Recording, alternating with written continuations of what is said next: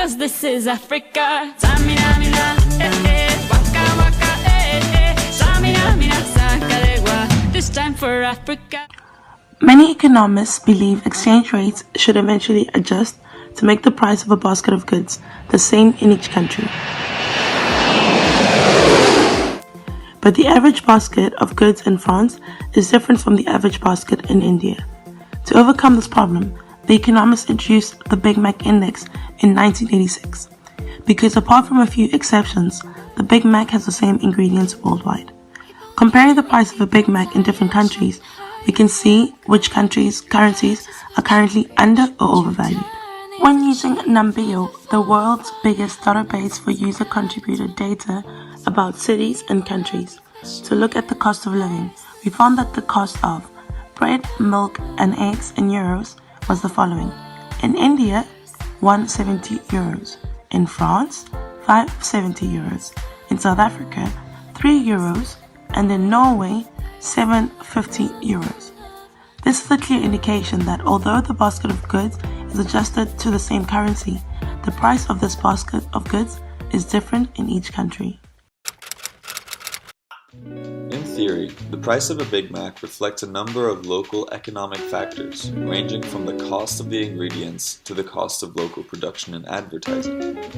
The resulting PPP metric is therefore considered by many economists to be a reasonable measurement of real-world purchasing power. But investors should remember that there are some exceptions to the rule. The Big Mac Index was invented as a light-hearted guide to whether currencies are at their correct level. It is based on the theory of purchasing power parity, the notion that in the long run, exchange rates should move towards the rate that would equalize the prices of an identical basket of goods and services, in this case a burger, in any two countries. For example, the average price of a Big Mac in Norway in July 2017 was €5.18. In South Africa, however, it was only €1.96 at market exchange rates. So, the raw Big Mac Index says that the rand is overvalued by 22.5%, and whereas the kroner is overvalued by 102%.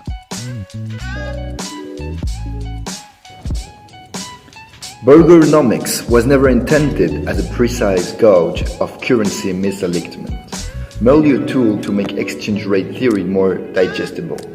Yet, the Big Mac Index has become a global standard included in several economic textbooks and the subject of at least 20 academic studies. For those who take their fast food more seriously, we have also calculated a gourmet version of the index. The adjusted index addresses the criticism that you would expect average burger prices to be cheaper in poor countries than in rich ones because labor costs are lower. PPP signals where exchange rates should be heading in the long run as a country like China gets richer, but it says little about today's equilibrium rate.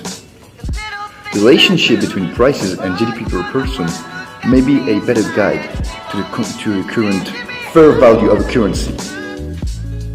The adjusted index uses the line of best fit between Big Mac prices and GDP per person for 48 countries plus the euro area. The difference between the price predicted by the red line for each country given its income per person and its actual price gives a supersized measure of currency under an overvaluation. But the theory does have some flaws. While sesame seeds might be cheaper in India, the cost of transporting them to France might eliminate any profits. And there are import taxes too. It's not just the ingredients that matter. The price of labor and rent is different from country to country. And even if you can import all goods, unless you're McDonald's, you can't sell the Big Macs. The key takeaway points from this video is that the Big Mac Index is an index created by the economists based on the theory of purchasing power parity, PPP. The Big Mac Index is calculated by dividing the price of a Big Mac in one country by the price of a Big Mac in another country in their respective local currencies.